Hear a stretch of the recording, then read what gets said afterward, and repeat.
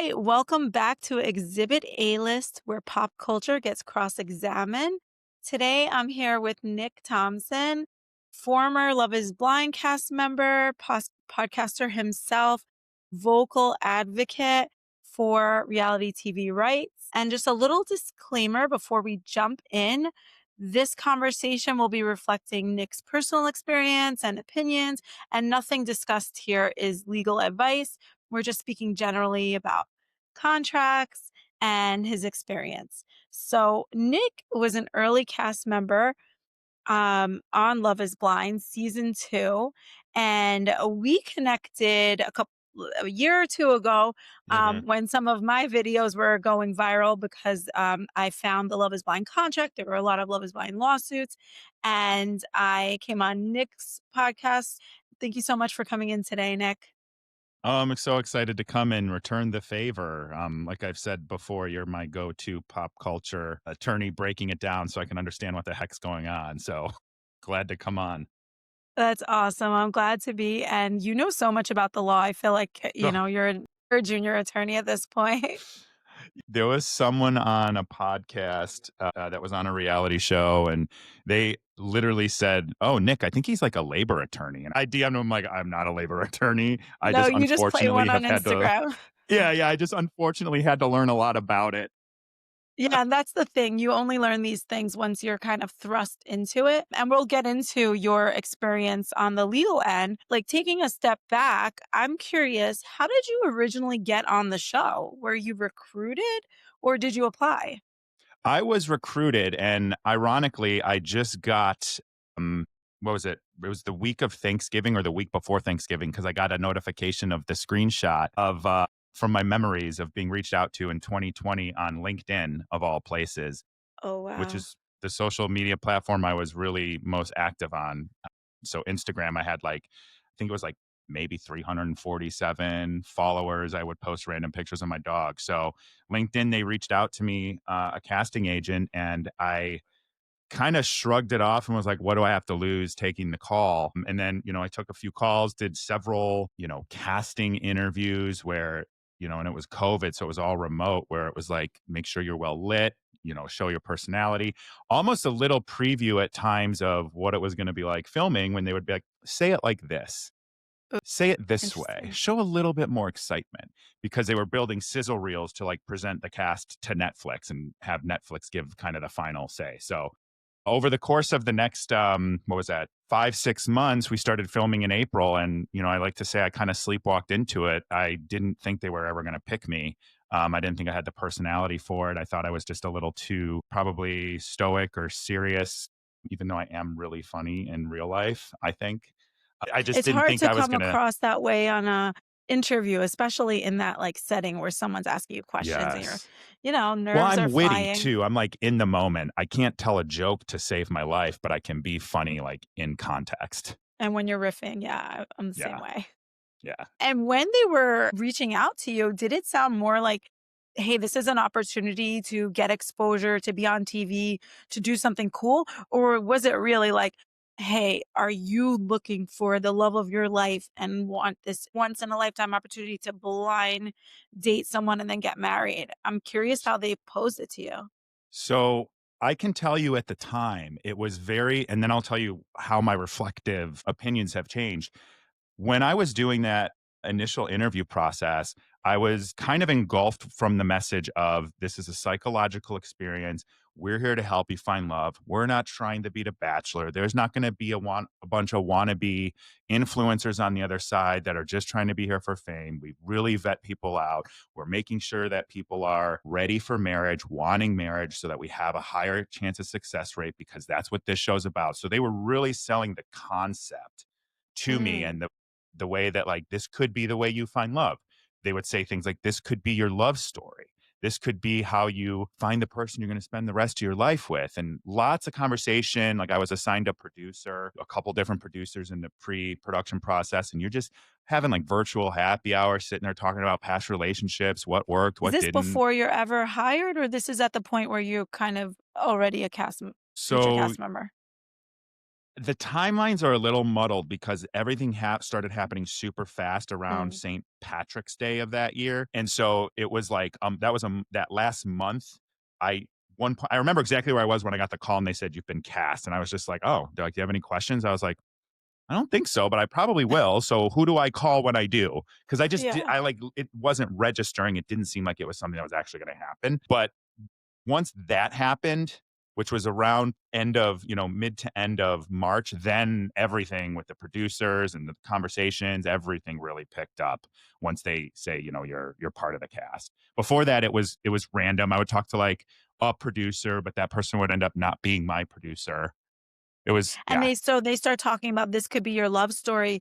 Are they getting you geared up, like, for love, or was Oh that where yeah. you were already at in your mind I before looked that? at it. Now, keep in mind, if I were to be approached about this now and I would go watch however many seasons there are, I would probably be like, no, this is Because not you for know me. the track record. Yeah. But when I went back and I watched season one after being reached out to, I was like, kind of like, this is, these people seem real. I can see some of them are struggling with certain things and, the pressure of the show or whatever. I didn't think it was inauthentic. And I had watched one season of The Bachelor for fun with coworkers because we were like playing games on it, and it was Nick Biles season. So, Mm, he and I have a little bit of beef, but really? yeah, Oh, it's died down, but we got in a little spat a few years ago over this labor rights thing. But I guess he's on the other side of it. He's just oh, happy to be he's filmed.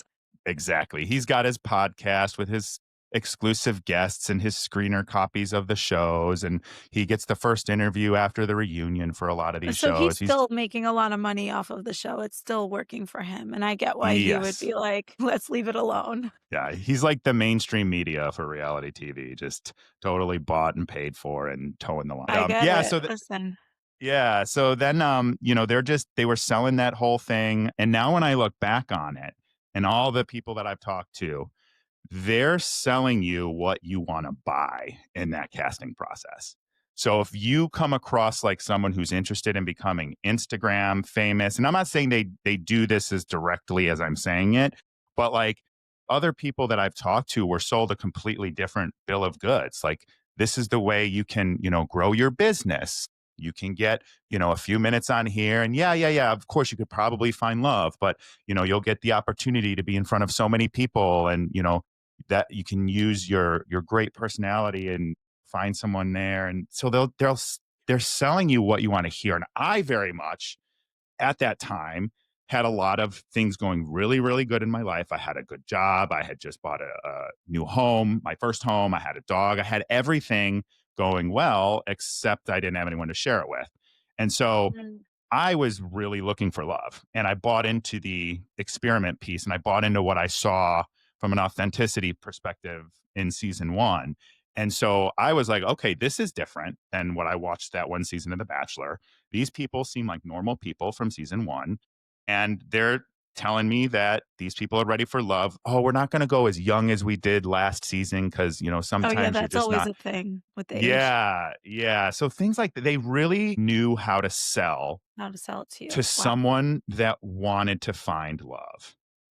And That's really so interesting when I because while it's definitely a dating show, they're selling it to you knowing you, let's say where you're at in your life, you're looking for love. But if someone else is like an entrepreneur, they're going to be like, this is good exposure for your business. If someone else is trying to build up their social media presence, they're saying they're going to mention, wow, this is going to make you blow up on social media, which is kind of interesting because at the reunion, then the hosts, Nick and Mhm. Vanessa will give you a hard time if you're there for any other reason other than to find love, And which what seems I think is hypocritical. interesting, and by the way, I loved Nick Lachey and Vanessa. They were super nice, very easy to get along with. But I was really upset by that comment a couple reunions ago where they said, if you're not here for the right Mhm. reasons, then you shouldn't be here. And I'd argue, well, where's the producers and the casting and all of that? Because it's an extensive process. You do psychological exams, you do psychological tests, the kind where you answer like 500 questions and it's really 50 questions said six When different do you do ways. And those? in At one the point? casting process, like, yeah, it was before you're Before you're casted. casted? It's part of the And what's casting. the goal of the psychological test? Because is it to test your mental fitness? Because we do see cast members that come on that like I mean, in the last season, there was someone who seemed like he was really unraveling, and it was Yeah, just I kind of know. sad to watch. So it's a screening, but I did like a psychological test and then I had a hour-long screening with a psychologist. And what was interesting is they presented as, are you mentally fit to handle the pressures and all that? I would argue, again, in my opinion, I think they're using them for much more nefarious things. Mm. Because if you think about how vulnerable you have to be in one of those, it's very easy to identify people's trigger points, traumas, And you also maybe they can't be exclusive either because then it runs into legal issues too. They correct. can't exclude cast members if they have certain Like a disabilities. disability. Heard that. And then the interesting thing is we requested to get our psych evaluations and you can't get them. So you sign away your psych evaluations, which is actually in conflict with HIPAA. Fine. It was one of those things where I didn't really think about it. Like, we've talked a little bit about things of the contract you just read and you're just like, whatever, like we can defame you, we can misrepresent you, you have no recourse. Like, these parts of the contract, which you've read and we've talked about before, like I read that and I was like, They're well, just I'm not going to words. say or do anything that's out of character. So what could possibly go wrong? And I Right. think 95% of people read it that way. But, And when, after all this conversations with the production, does it go to the legal side? Do you start getting a contract and signing? there's a couple processes of contracts, and I can't tell you exactly how many, but there's basically like a first agreement, which, if I remember correctly, is kind of like you're going to not disclose that you're in this casting process. You're going to be, truthful and, give into a background check and be part of these processes. And then expectation that like money is being spent on you here. So you got to kind of take it seriously. These are my words, but there's like that at the beginning. So you're kind of giving in. You're not going to go be on another show or interview with another show during this process, stuff like that. Which at the time I'm like, when the hell am I ever going to get another opportunity to go on a show? Like, yeah, I'll sign that. Like, you guys came to me. So like, then there's the actual like performance agreement, and that's the one that you've reviewed Yes. several times. I think several versions maybe at this point. And Hmm. those contracts are the ones that kind of lock you into all the exclusivity that they claim, the damages fees if you don't continue in the process.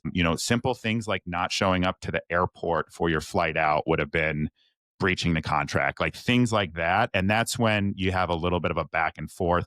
There was a amendment to my contract that I had made because I read it myself.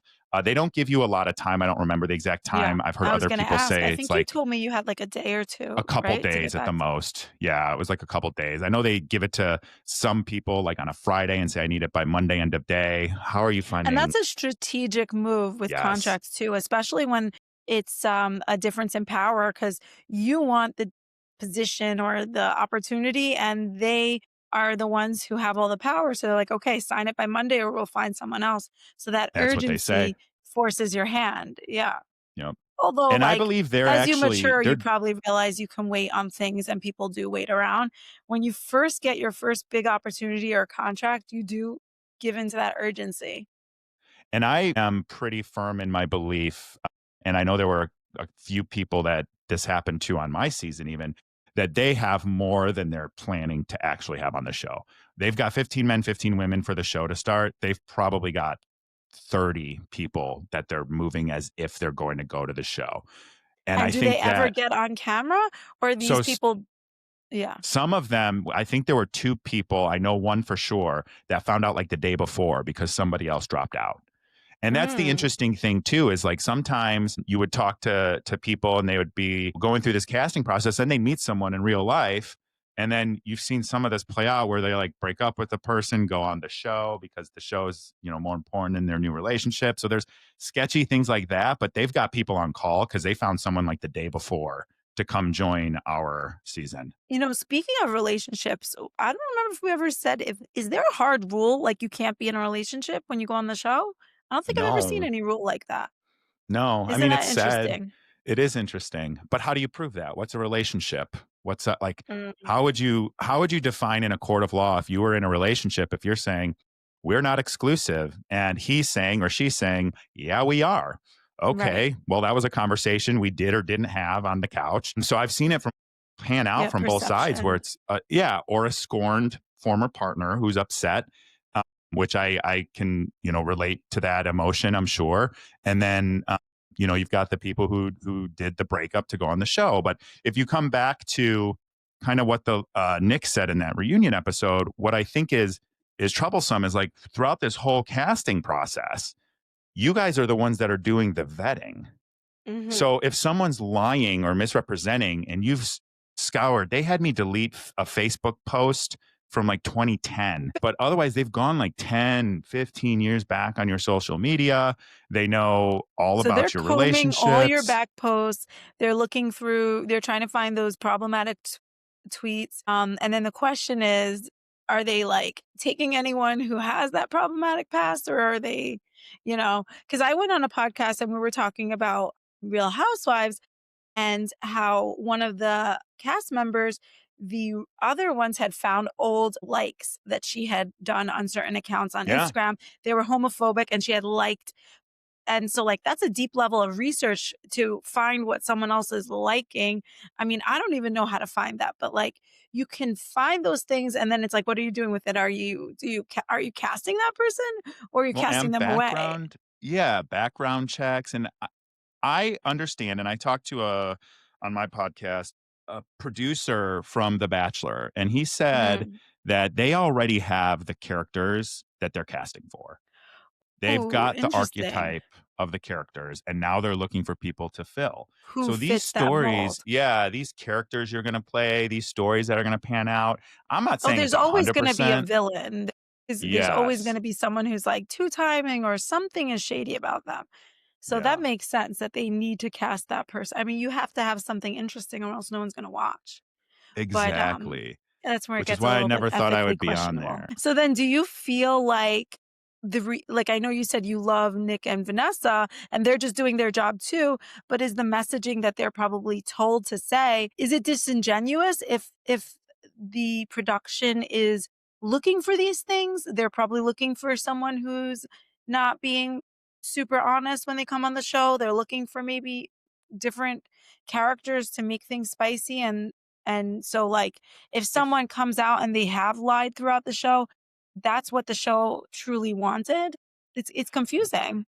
it's literally been like proven that they know people were in a relationship before, or that they were friends and knew someone already on the show, even though you're not supposed to know anyone on the show. It's not Mm, hard to find people that are friends on social media. It's not hard. right. Like I No, like believe 6 degrees of separation, right? Yes. I believe that Nick and Vanessa and whoever as hosts, they're not in the nitty-gritty casting process. They're there to do a job of hosting, host events, maybe throw some advice in there, have some commentary on the whole experiment or the couples, stuff like that. I don't think they're more than a cast, right? So I think if when Mm, Nick said good that, point. you know, sure. Yeah. No, Nick, we go through a good vetting process. Like make sure everyone knows that this show is only for people who are going to take the experiment serious. And how's he to know any to the known more to the wiser, or however that saying goes. So Yeah. I think there's a real question that can be answered on a show like this with the way things have played out, the way storylines have played out, the way people have turned out to be and not be, where there's a real ethical question of what is the right reasons. When you're Mm. being told you're going to make $1 million a year, when you're being told, oh, you can get an opportunity to expose your business, or you'll become an influencer, or you're going to find love, or you're going to maybe find the person you're going to spend the rest of your life with, you're going to get married. Like you're told It's all these almost like different the things. chance of love is the icing on the cake because that you don't know you'll get, but you definitely will be visible. And if you're trying to promote your business or you're trying to Yeah. build a following, you have a strong chance And of when that. they're casting according to what is driving people, according to characters that they want and storylines that they want to tell, what is the right reason? Like True. the real right reason. It's whatever they That's want it to be, and it's whatever you want it to be. And that's where I think and then how they're now, gonna package it for the viewers. yeah. And I don't like the question of or the commentary of what is the right reason, because when you're casting and telling stories that are inauthentic or geared towards, a specific personality flaw or mental health challenge, or even Mm. think about like the political season in DC. Like they told me I couldn't Mhm. talk about politics. That wasn't interesting. And then what did they do? They got people with varying opinions and put them in the DC season. And so it's like, what's the Yeah, right reason sometimes when those there? conversations come up, they feel so forced. It's like, Yeah. "So, do you believe in God?" And it's just like, that came out of nowhere. Or, "Who did you vote for?" And it's like they were just talking about their favorite color. So Yeah. it kind of Because they feels like tell someone you, said, "It's yeah, time to bring up the nitty-gritty. yeah, It's time to get a little exactly. bit dirty." But Exactly. going back to when you first got, your first started filming, what would you say surprised you the most about the rules, things that you didn't expect? The big thing that I didn't expect, so they told you you're not gonna have your phone, if, your producer's gonna be your emergency contact if anyone in your family needs to get hold of them. Mm, Totally fine with that. You weren't gonna have connection to the outside world for 3 weeks. Didn't know exactly what that meant because that's a very inauthentic experience. It's not something you experience in real life unless you, like, go to prison. So that wa it wasn't so much always the I didn't know. It was like I didn't know what it was really gonna be like. One thing, though, that I didn't know that really shocked me at the time and was a struggle was, which I think I've shared with you before, but being stuck in a hotel room and not being able to leave your room. And so when we got right. there on a Saturday and we weren't gonna be filming to a Monday, you were stuck in your hotel room without internet, without phone. Thank God I brought a couple books. Why'd You they had even bring you there 3 days early if you're not Good filming it? question. Good question. Do you think Control, that was a maybe? little bit to make Yeah. you kind of angsty before you went in, build Yes. up the anxiety? Yeah. Wow, interesting. Yeah, I And did a ton so of push-ups. That's all I like, I was doing all make sorts of sure different you kinds look of push-ups. buff on screen. Yeah. That and then they didn't The feed you weight that much, you loss. said. Yeah, and the weight loss. By the time we got to Mexico, I was probably the best I'd looked since I was, like, 25. Oh my god. Well, so that's a bright side in a way. Yeah. Yeah, But, right, right. you first go into filming, do they first launch you to meet all the guys? Or you head on your first date? So when you get there, the first day you film, like, entrances when everyone walks in and they're like, "Oh, and by the way, you're on a set." That was another thing that was surprising. I couldn't believe how big the set was. It was It's a set, so it's not big. a real room. Yeah, Okay. yeah. So So did you feel like an actor? yeah, Like, did it you kinda starts feel to a feel little that bit like way. you're playing pretend because the room is not even real? Yeah, it is a little bit like that, and then it's like, "Okay, we're gonna walk you in this order, do this. Okay, we gotta do another take." There are times you have to do multiple takes of stuff or have the conversation again, stuff like that. What I did, like, mentally to prepare is I'm a pretty, like, authentic person. What you see is what you get. Direct, witty, very, very, very sarcastic, and I have a lot of opinions about a few things. And so you get what you get. I kinda, I worked with my therapist even, and I was like, I just wanna be myself, and there's cameras there, because 'cause I'm not Mhm. gonna say something that's, like, crazy. Like, it might be like a debate worthy something, but like I'm not going to say anything that's going to get me canceled or anything because like I care about people and I don't try to hurt people, right? So that to me was almost like a disassociation I did ahead of time was there's going to be cameras on me all day. That was another thing. I didn't know we would be filming 18, 20 hours a day either. I thought it would be, I can't remember what they said. It was like there's maybe something in the contract, but it was like longer than an 8-hour day, but I didn't know it was going to be that long. So And I you're think mic'd up all the time too, right? yeah. You're Mhm. mic'd up. There's about an hour break when you eat dinner, and that's because the crew's swapping out because 'cause they're union. And so that as the days would go on, it would kinda become a little bit almost annoying just because you're tired that there's a camera everywhere and you just wanna be a blob or something, and I'm introverted, so sometimes at the end of these days, I was ready to just, like, never talk to anyone again. So I think that was hard, but you go in with the guys and then you do your first round of, like, 7-minute dates, which is like speed dating in the pods, and that was the first Mm. day. So you do that, and then you kinda narrow people down, eliminate people. You rank them every single night, and then they, whittle it down, and some people go home throughout and stuff like that. That goes on for 10 days. And we know that the rules in the contract are very strict. about showing up for the different milestones, like if you make it to engagement and then doing the vacation and then doing the wedding. When you're filming, can you what if you're just having a bad day or a bad afternoon? Can you say I can't go on film, or is that like your requirements? Like you're here, this is your job. We know that you do get paid a stipend each week.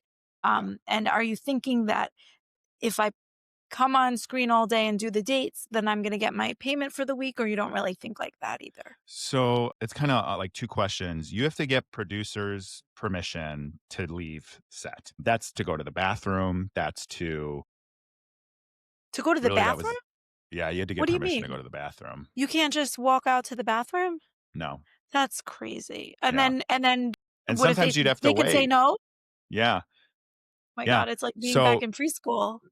I was literally say that. And then you get escorted and they wait out it was like a trailer But outhouse what's the kind of reason thing. for all that? Because there's no bathroom on set? Great question. I don't know if there's a bathroom on set. It's Huh. possible there's not, but their reasoning was that the women's and the men's bathrooms were close to each other and you can't risk seeing them. So they would have to Mm. communicate over walkie talkie to make sure no one else was in there. And do you truly never see any of the women until That is 100% true. You don't see any okay. of them. Wow. So you Yeah. really are going in blind and shocked by their Yeah. appearance. Yes. That was Wow. a They not definitely only look nerve. shocked a lot when they see Yeah, I during think the they are. reveal. You can see a lot of times people are sometimes they're shocked how beautiful someone is, and sometimes they're really disappointed, and you can read that on the face, and Yeah. it's like, "That's rough." That was one thing I definitely thought about a little bit before the reveal, and I wasn't concerned because, well, it was almost like a thought experiment to me because I was like, if I love this person, I'm gonna see this person. What if they don't look like anyone that I've ever been attracted to? Like, will I still love them, or will Did I you have look a at them an different? image of Danielle in your mind? Not really. No. Not Wow. really. I tried really hard to stay away from that because I didn't 'Cause I I didn't read a lot, and I always have a picture of the person that I'm reading about in my head. Me So I too. would have created a person, for sure if I was doing this. Yeah, And then I that probably wouldn't have been good either, because they would have been like a model for sure, whoever I I created. consciously tried not to do that for those very reasons. Now, there were a lot of guys and stuff that were speculating about people's like looks and weight and appearance and all that stuff. And I just tried to like remind them, guys, that's not what this is about. You're going down like a dangerous path. And I just worked really hard not to do it. But what's weird is, you know how they do the reveal and you see the shadow? I was in there probably like 30 minutes and it's like, okay, now walk up to the shadow reveal doors. Okay, go sit back down. So you're like seeing Is each that a real other's silhouette that you silhouette. see? Yeah.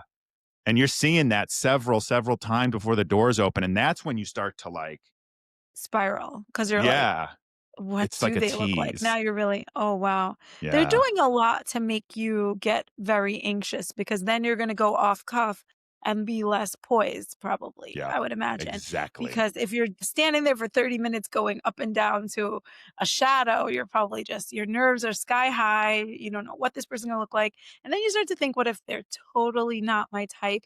How am Yep. I gonna school my reaction?" That was when I started a spiral about the looks, and more so because there's like 20 cameras. You're not hiding your expression. I'm Mm, very expressive with my face.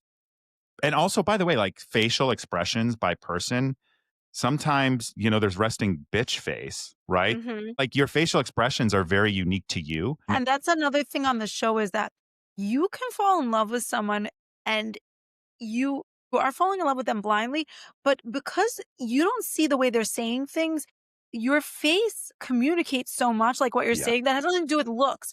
But like I could be saying something, rolling my eyes. You don't know that. So you're like, oh, that was so sweet. She really gets me. So it's hard to say it's just like love is blind. It's not just about appearances, it's how they, present themselves Yep. with what they're saying. I think that's a big issue because they don't even Yeah. is there a specific rule that says that you can't talk about appearances? Because I hear questioning in the pods that elicits some description about appearances, but then sometimes the other side will be like, "Oh, I'm not supposed to say that." So I was wondering, are there specific rules that say, like, don't ask this or that? There's And can guidelines you and they work tell around it? you. Yeah, I mean, if you think back to my season, there were some pretty funny moments with a particular character who I Was wish. yours the one where he asked, like, "Could I lift you over my head?" on my shoulders at a Right. concert. I thought that Yeah. was such a funny way to find out if they thought you Yeah. were thin or not. I mean, I'm sure there are certain people who come into the casting room and say, "I don't care about looks at all." I don't even know if that's a person they would want because then the experiment is not necessary for them either. yeah. Well, it's interesting. Like, I have a really good friend, and she often says, I can look at a celebrity or a guy and objectively say he's cute, but if I don't like him as a person, I'm not gonna. I don't really find attraction to them. And I Yeah, think there's a and lot it's of like the people. ick too, like, Yeah, someone might be hot to you, but then you get to know them and then you're just so turned off. exactly. Yeah, and I wonder if that probably happens too, like, it's not only looks where there's breakdown after they meet, it's, like, certain things that you didn't get to see about them. I was wondering though, did you ever get concerned about editing? You know that in your contract, I guess they tell you that they have the power to make edits. Were you concerned about how they would edit things that you said or did to change who you are? Because you said you tried to show up authentically, but you can't control the editing process. I would say I wasn't super concerned at the very beginnings. I actually was involved in a little mini love triangle that didn't even make it Yeah, in I the guess I first didn't like know that about you. no, in like the first 3 days. And, Danielle had come and said, listen, like it's you or I'm going home, and I don't want to take Mm. away the experiment from you. I was feeling the same way already. So it was kind of like I was just, trusting the process, which is what they keep telling you. Trust the process. Trust the process. If I ever hear trust the process again, my bullshit detector goes off so Wait, quick. when you say they keep telling you, are they coaching you in between your dates and stuff, like to make like get your psyche back up if you're feeling discouraged or nervous? As a group, yes. And then I Okay. didn't get a lot individually, but my producer was like, "You're doing this the way you're supposed to be doing this." So, Each you person know, has an individual producer? yeah, they would produce like 3 men and 3 women, but they would be the Okay. ones kinda coaching you, guiding you, trying to help you navigate what you should and shouldn't do, or who you should and shouldn't be dating, stuff like Do the that. So producers there's ever get competitive, like, they want oh, their yeah. guys to yeah? I would Yeah. imagine it's like, "Let me try to coach my person to actually make it to the wedding." Yeah, and I had actually heard after the fact from someone that everyone was fighting, like, over over producing Danielle and I after we got engaged, and, Aw. they ended up bringing in a producer from another show that didn't even know our story up until we went to Mexico, which is also when things started going a little bit sideways in our experience. So, it was a very different experience depending on your producer, I think.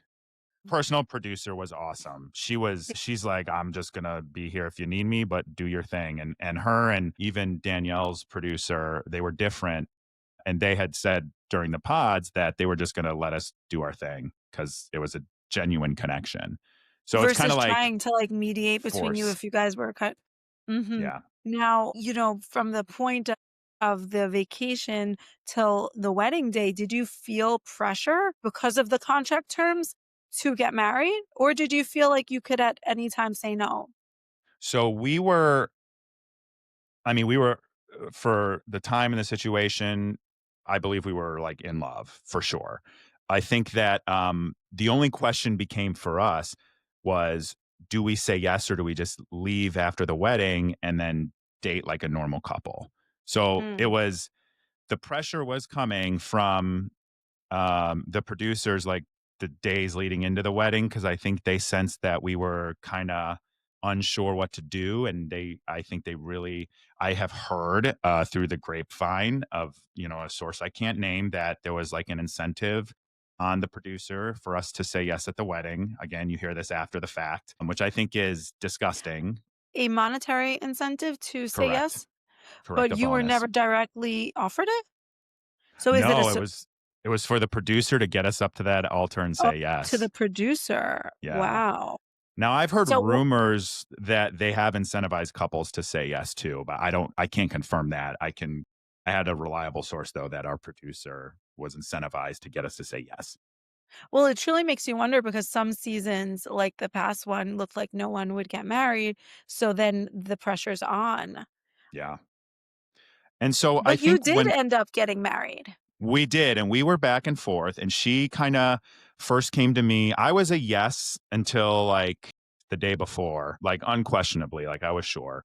And she kind of was like, I feel like this has done, a toll on me as an individual. And I don't know if I can, confidently make this decision right now, not because of me or our relationship, but because of how she had started to feel, which is well documented, from her own words. But Right.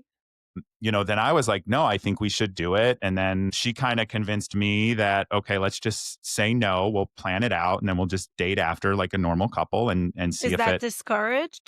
Do they worked. tell you not They to do were, that? Like, so I told them, and they send like Chris Cohn, the founder of Kinetic and creator of the show. He came over and he was like, he told a story that ended up being a lie about another couple in another show. And so he was encouraging, like, to take that step and do everything like the counseling afterwards so you can integrate your lives the right way. And I told him, like, you guys, I'm so stubborn. And if you put pressure on me, I will dig my feet in like tighter and tighter, deeper and deeper. So, and even I know Danielle was telling him too, like, don't pressure him. Like, that's not the move to get him to make a decision because, I wanted to be confident. And then literally we were getting ready to go to the wedding and we're supposed to give our phones. We actually weren't even supposed to have our phones that day, but we did. And then, I told you tell my them producer, your answer before you give it on air, right? no, No? Oh, okay. It's a no, surprise. I did. Yeah, I did. But that was because they were letting us have our phones longer because Danielle and I were texting about what we were going to do.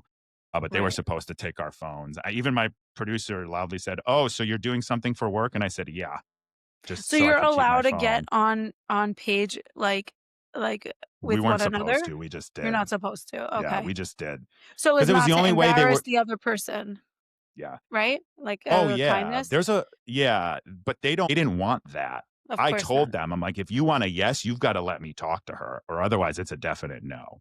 Were That you was what you I weren't had gonna said. take a chance of saying yes and her saying no and being like, Yeah. that's And embarrassing and awkward. yeah, I wanted us to be on the same page because either way, it was going to be really, really hard. Like getting up there and having her in her wedding dress and her dad walking down the aisle, our friends Yeah. and families there. And even It's if we so hard planned for to the say no, families. yeah. Yeah. That's also like in any reality show, usually family members sign a release, but they don't have any protection or anything. Oh, So they're no. really left out to the wind because they just release so that they can be on the show with no protections. They could be portrayed in any way. And sometimes relatives do get the raw end of it and look really terrible and they can't do anything about it either. Exactly. And they don't get any Exactly. money or they're not, getting the following or anything good out of it. They're Yeah. just And doing it, I my guess, family for their didn't, it's not the family. style of my family to do that. And they did it for me. So that even Oh, makes it kind of worse, where it's like they're doing it to support me and then yeah, get, made to look or be a certain way. right. So then afterward, I just quickly wanted to touch on the counseling after. What I'm curious about is it traditional counseling where it's confidential or is it going back to production? Like, is it a therapist does take an oath? They can't talk about what you talk about? Well, this is a very interesting topic. So we weren't able to get counseling support from them. No. We tried. There was back and forth. We couldn't find someone because there And was it's like in your no. contract that that's something they offer, right? Yeah. Yes. Post-production counseling for couples. Okay. Yes. And so whatever. I didn't feel like they were supportive in that way. That's how I'm supposed to say that. So I eventually, or I actually was Danielle, eventually found someone that had availability to help us. We were just getting turned down left and right because there was a huge shortage of therapists in the middle of COVID, which was causing a huge Mm, mental health crisis. I yeah. mean, I just remember You like weren't the even only my, couple losing it during that time, oh my God, totally unfortunately. right. Yeah, Totally right. And so we finally found one. I didn't even want to deal with them on it anymore. Like I had insurance, it was covered, except for a copay. It wasn't about money, it was about them helping us find, because that right. was the difficult part. But I have since talked to several But it's cast also members nice they from. were gonna cover it for free. I mean, I would take it if it was offered. Totally. Totally. And then I have talked with other cast members who have had very bad experiences with them wanting to see like therapy notes from the counseling they're That's paying for. And I exactly what think I it, was wondering. yeah, and it brings the question, and this is one of the initiatives we're working with at UCAN right now, is when you're a therapist or a psychologist, you're actually being paid by your client. You have a code of ethics to Mhm. support your client, advocate for them, put them first in every situation. But if you're being paid by the production company versus the person you're supposed to be counseling, it has an ethical gray area, which is who are you there to protect? Who are you there to Mm, advocate for? Who's paying you? right. Right. And It's so exactly there's like an employer therapist. If you work for a big corporation and they have a therapist on site, but she's there to make sure that the company runs well. Yes, she wants to help the individual employees, but her interest is because the company wants their employees to be doing well so that they can work well and make the money. So it's a exactly. different type of goal in mind. Exactly. And so what we're trying to do with UCAN is get the American Psychological Association and consequently the social workers, the American Counseling Association Mm. to update their code of ethics to have coverage for those working in reality TV. Yeah, So right now, as the code of ethics stands, they can report back to production or whoever is the one paying for it there's and no tell them codes. there's no That's the thing. rules. There's no So these codes. therapists can share what's going on in your case in your marriage, which would give production some insider info on how things are going to look in the reunion. Yeah. Wow. And I've heard again from cast members that they have said they're going to withhold payment to the counselor unless they get, access to the notes, to what's being talked about, all of these things. So even in the times that they have paid for it, there's still like nefarious intent or seems to be Mm, nefarious intent, they're pulling which I think is, strings. Oh yeah, my gosh, sorry. that's okay. Um, um, so you eventually did get a divorce, and there is a rule in your contract that says you have to wait.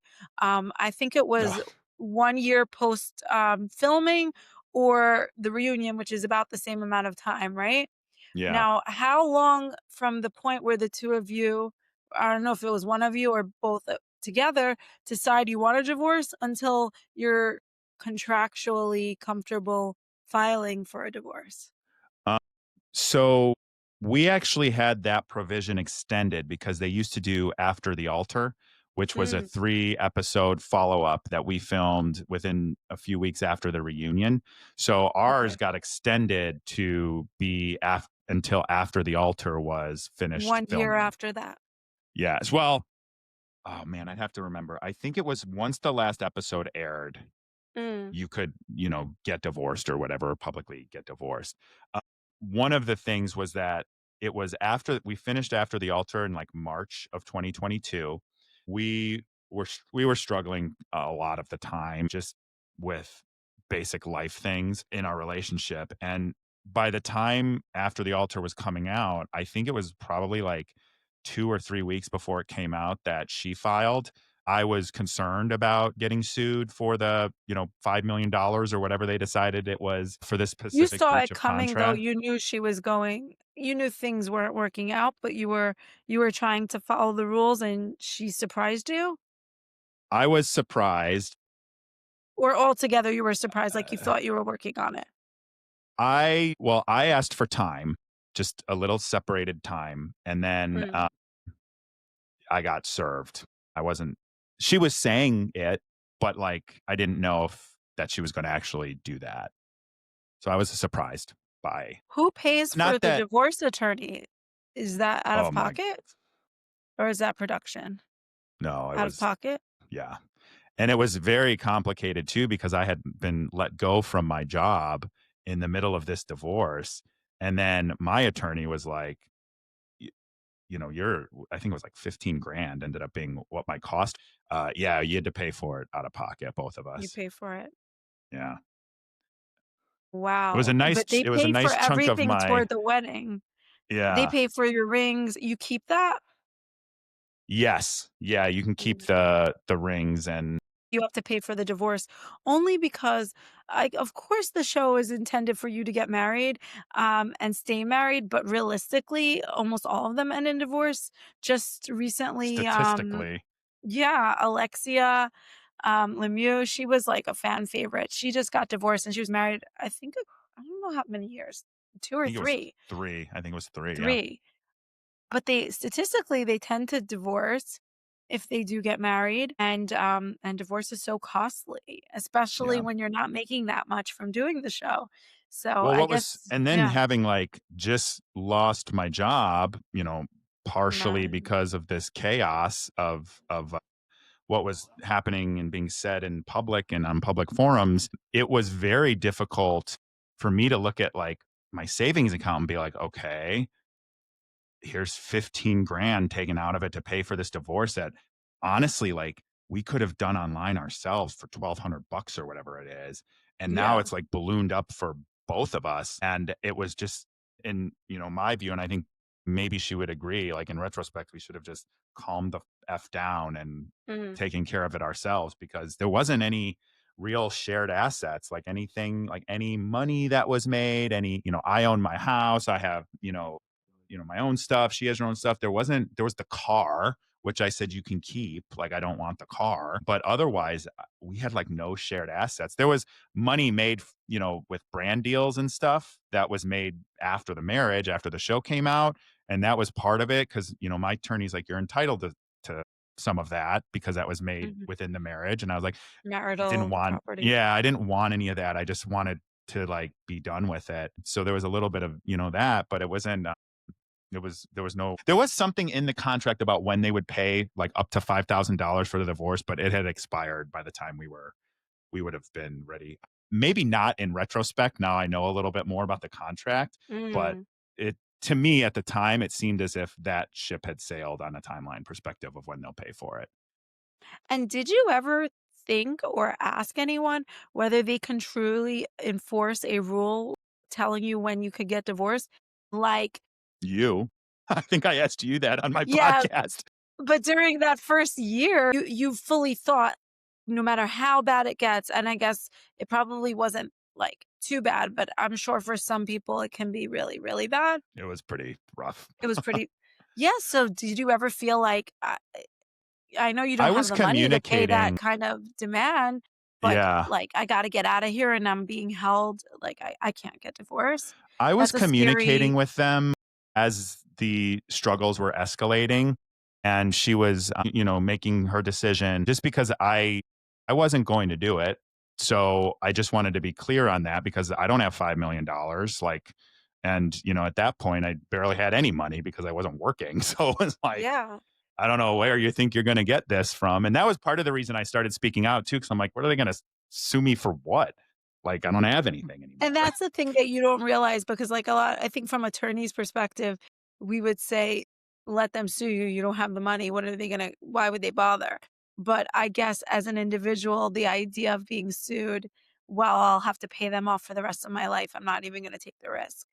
But Yeah. I can't imagine feeling like you have to be married because you're under a contract. That's just 2 You diabolically know, different things, like it marriage does. and your work contract. It does, and again, it's like one of those things that I don't even know if that's legally enforceable. But the way I think about it, and the way I was thinking about it, wasn't. It was just like the last. I'm like, I want to work on my marriage. The last thing I need is them coming at me for $5 million because we couldn't wait another 3 weeks to file for divorce. Like it was almost like the cherry on top for me. I was just like, how do we work on this relationship? How do we make this work? Like that was my mindset, and that's what I was Mm, worried about. I was um I was worried about her and me as individuals and our relationship, but I wasn't thinking more than like the last thing I need is them to sue me for $5 million. right. It was just like, "Okay, that's the rule, so let me work on things as best I can," which, Yeah, is a good outlet. And you yeah. mentioned a little bit about brand deals, which kind of brings me to something else I wanted to ask you about because I do feel like there's a funnel from becoming a public figure into this new kind of lifestyle or job where you can make money from content or from promoting things. And now you're dealing with like another kind of contract. And so did brand deals start coming in quickly after doing the show? Are they still So coming in? it's so interesting because it was one of those things that I had like thought about, but had never really thought about. And the reason was because I'm not the kind of person that's gonna sell something that I'm not using or doing myself. And then you pair that with I make a lot of my own products. I was on the show, saying I make my own toothpaste, I make my own soaps, I make a lot of my own condiments. Uh, I do a lot of, like I'm very careful with like cosmetic stuff that I do and put, It's like, how are you gonna not promote anything else when you don't wanna touch anything? right. And Right. so we decided we were gonna hire publicists. And by the way, you can't do anything where it mentions Love is Blind or it mentions Mm. Netflix, and they have to approve it. Y Like, is they're how long owning is your that, statute of limitations? Like, ever? if You can never mention them so in a I brand deal? believe it was 1 year, and then there was, Okay. like, a 5-year where it loosened up a little bit on Okay. what you could do. So, like, you couldn't go on another show for 5 years. I think for the first year, you couldn't do anything where it mentions Love is Blind unless they approve it. So I So know, now like, you're coming up on the time where you can go on another show I don't think if you any choose show would to. want me, but Well, I'm I a guess pariah after now. all your advocacy, you're a Yeah, walking red flag for reality totally. TV. Totally. So pretty quickly we decided we were going to hire our own publicists. And then there were some deals. Some deals had started coming in. I was kind of like, whatever. The funny story I tell is that Head and Shoulders came in and they had this. I think it was like 3 reels and a story, or 3 stories and a reel, something like that. And it was like for 20 grand. And I was Nice. like, I don't For the have 2 of you as a dandruff. couple or just you? No, each. It was each. Yeah, and so, like, she did it because she used it, and I was like, "I'll pop in yours." I didn't do it because I'm like, "I don't have dandruff, and if I did have dandruff, I would not use Head and Shoulders." So, I can't, like, take the money and You're show a so day in the life. authentic. I feel like that's gotta be super rare when you're getting these It's opportunities because let me tell I'm sure the you, money's hard to turn down, it is very hard to turn but good down. for you for staying true to yourself. It's very hard. And there were a couple others that were a little bit smaller that I just didn't feel right about. I can't even remember the third one, but I said these 3 things. And basically it's like, okay, well, we can't do any of those. News and politics is too divisive. You're going to alienate half of your audience, so that's Yeah. out. Cuz my goal was like I want to be one of these talking heads on CNN or something. Like that was what I wanted to do. And I ended up getting to go on Breaking Points, which is a pretty big YouTube news show, Oh, which was wow. yeah, which was really cool after show. That's like I could my see you my doing favorite that thing. actually. I could totally Oh my see god, that. I loved it. I You would loved, crush it. loved, loved it. And so they said you can't do that, and then they're like, you can do like the holistic stuff a little bit. Oh, and mental health was the other one. Duh. Right. And so they're like, you can do the holistic stuff, but you're going to really alienate big brands, so we don't want to lean into that too much. Mm. And then the mental health is fine, but don't get too deep or serious about it because you don't want to bum people out. And I'm like, I'm so like, I can't "Great." do any of the 3 things that I care about. I was like, "This sucks." And that's when I was like, "Yeah, I'm going on Breaking Points. Forget this." I was surprised they gave me like Netflix and Love is Blind gave me the okay to do that. But I was like, this I begged. I was like, this is like the one show that I really, really want to do. I don't care about any of the other shows that you guys are setting up. Like, this is the one that I really want to do. And they And let me they're do it. like, So "There's 0 crossover with our audience, so you're good to go." pretty much. Actually, Yeah. reading the comments, there's a ton of crossover. It was so many people Really? like, "This is not what I expected to see in this episode. This That is the is so crossover we funny. didn't know we needed," stuff like that. But you happen to have sent me over a sample of a influencer contract that you've had, and so you don't still have to run any deals by Netflix or Kinetic or anything, do you? I mean, at this point, I don't see the point because 'cause I've already caused so much, Yeah, they're done with you? ruckus. Yeah, they're done with me.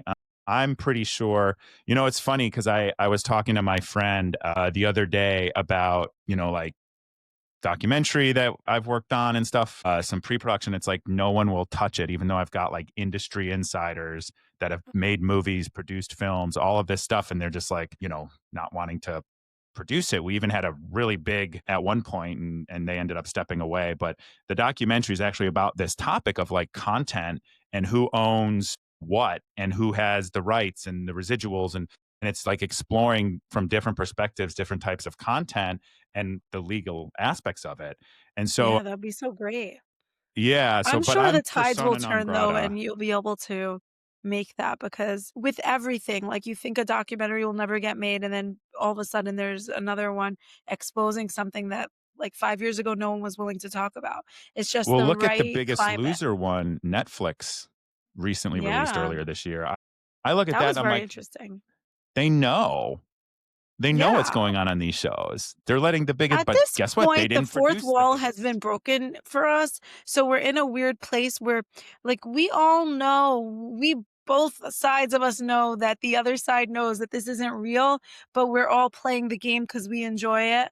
So, I think that the viewers are more perceptive, and you can't let the same things fly, so you have to say more and be more transparent so that they'll keep watching, because Yeah. at this point, we all know that it's not so real, but we still wanna watch. So you Yeah. gotta show us what's going on. You have to acknowledge that there's production and cameras. We're not stupid. So I It's think that's a different completely turn. Yeah, it's completely morphed into like WWE, right? Everybody knows it's fake. Such a good Everybody knows it's analogy. scripted, but people watch Yeah, it and they buy in and they cheer the people they're supposed to cheer and they boo the people they're supposed to boo. They buy the t-shirts, and I'm guilty because I watch it with my friends sometimes. So it's like, right. but you It's buy good. in, You got but it's fun and you're in on it and everyone's in on it. And I think what they've done a really good job of, and it's not just Love is Blind, it's like the reality TV universes that are kind of formed Mhm. now, is they've done a really, really good job of taking a piece of content that you watch on TV, wrapping it up in content creators, influencers, podcasters, talking about what they're seeing on the TV. And then people start to think they're like involved in the storylines and investigating on Reddit of what people are doing and Yeah, I not was just doing. And thinking it's that the truth is you're lucky because you did the show 5, 6 years ago. If you did it today, the legal detectives, like sleuths that are on TikTok and Reddit now, like, I don't know how anyone could survive because they find well, everything and they know everything you've ever said or done with each episode coming out. So it's just like a totally different ball game even 5 years later. The they discourse went happens in through real time. Yes. They went through our Venmo transactions, the whole casts, like, once the That's cast was so announced. smart. And there were, like, articles, so, like, the Like, "Nick's producers called everyone, they're Venmoing like, this other girl. could it be I What's he think I was paying for?" already private, but that was the thing. It's like, "Oh, and Right. then, Nick went to drinks with his friend. Was it over a broken heart?" It was like just almost like AI. Some of it was That's so so funny. simple, but, like, they were just looking at that stuff. And I will say, like, actually, I was at brunch maybe a week or 2 after my divorce got leaked. And by the way, my divorce got leaked by TMZ. Like, that's how my mom found out, was from TMZ. Oh So my, it how was did like TMZ, because they comb all the filings, right? correct. Because they are so up to date on anything that's happening in the courthouse. They know immediately when someone files a lawsuit, a divorce, so It was they like must 3 just comb days. it. Yeah, it was Wow, like they must 3 have, like, days. some software or something. Totally, totally.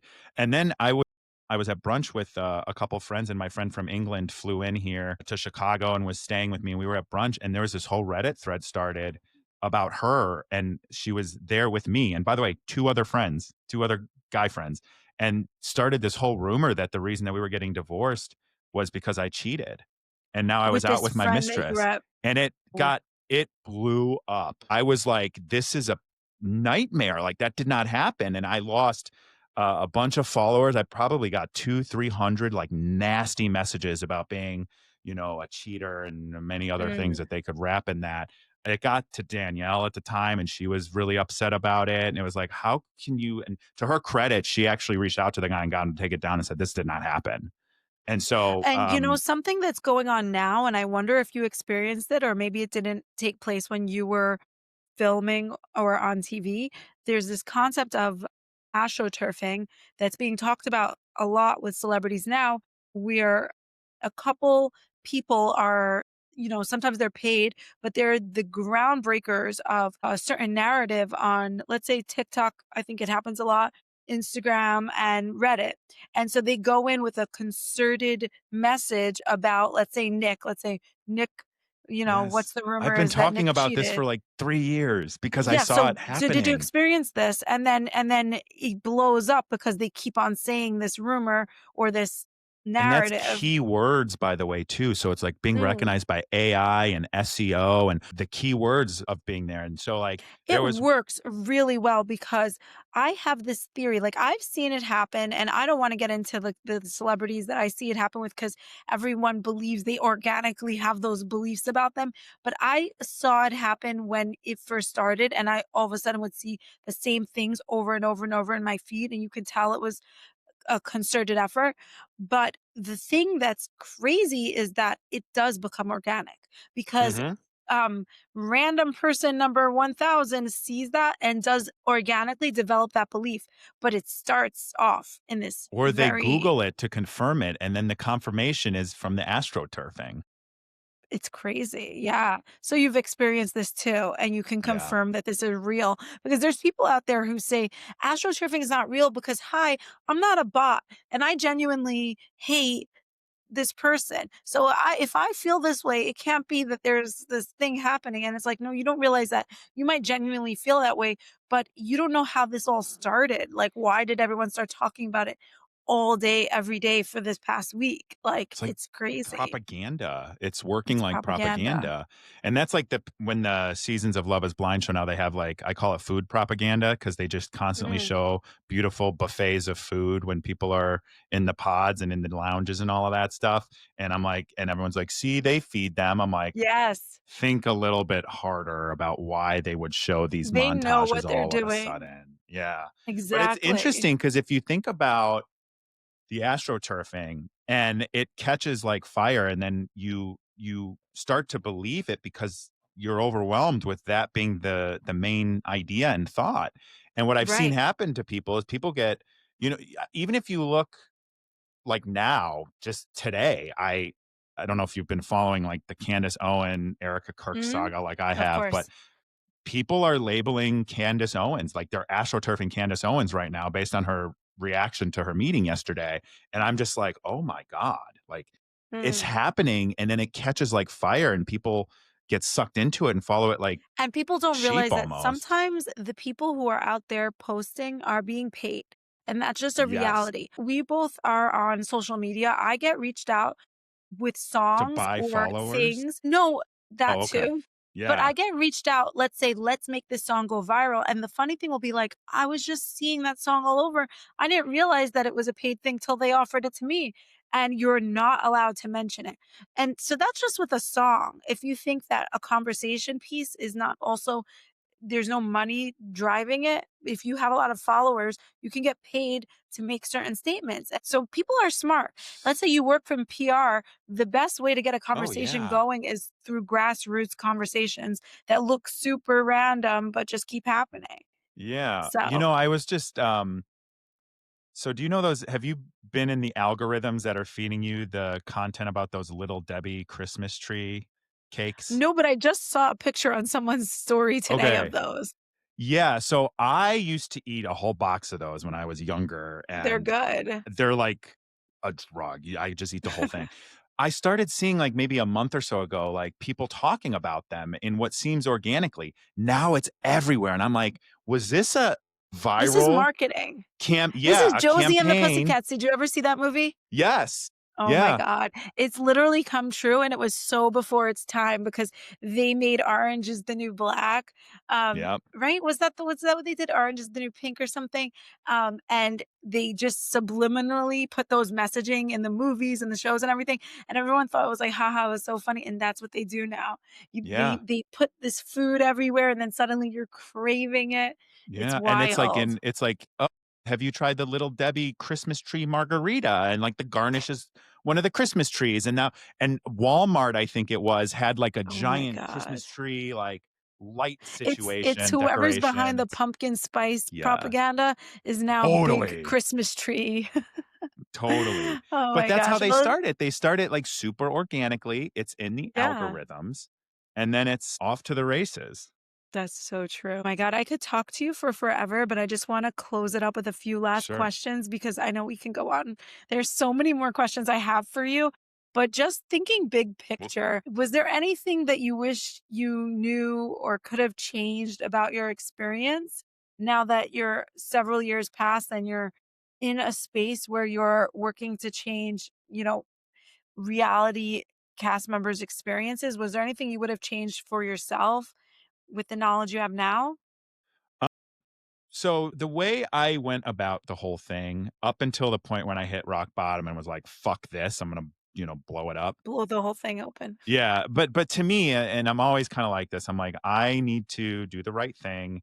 I'm a reluctant leader. I don't seek out to lead. I end up leading a lot of things, with my work and my life and then with this, because I felt like someone needed to do something and say something after what had happened to me and what I had seen them kinda do to Danielle and then, our marriage and stuff, and so I was like, "No one else is gonna do it. I'll take the punch and I'll lead on this."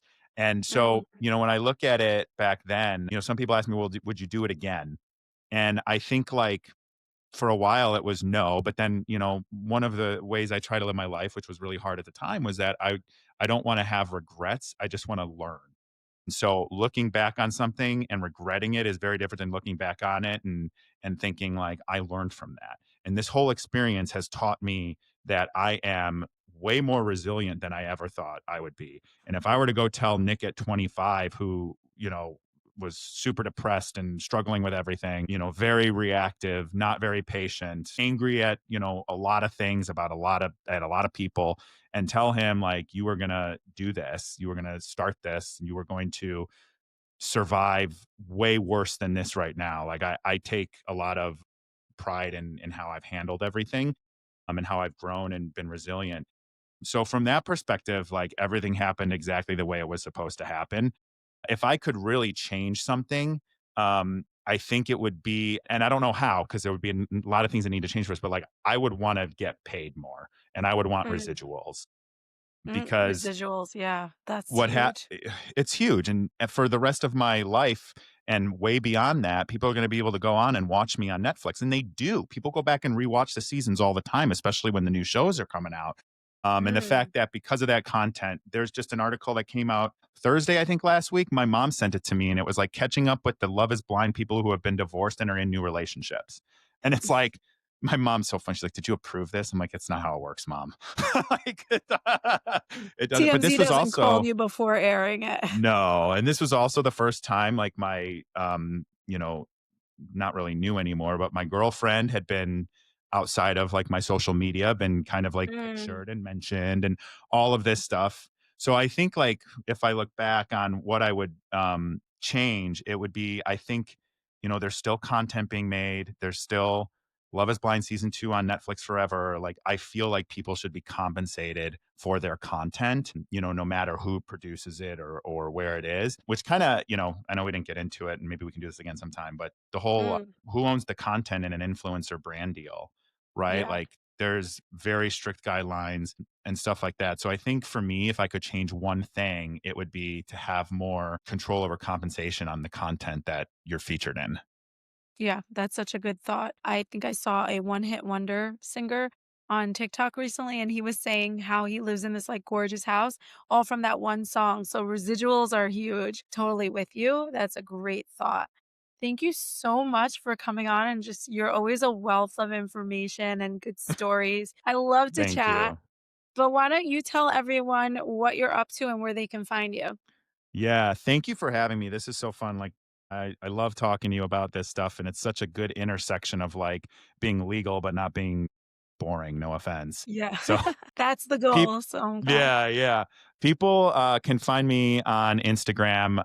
I'm not an influencer. I wouldn't describe myself as that. I'm a human being, so you wanna follow around with some of the things I'm doing in my life for fun. Do follow me at Instagram. It's, nthompson513. You can just search Nick Thompson. I show up right there. I also have a podcast called Eyes Wide Open with Nick Thompson. You can get on YouTube, Apple, or Spotify.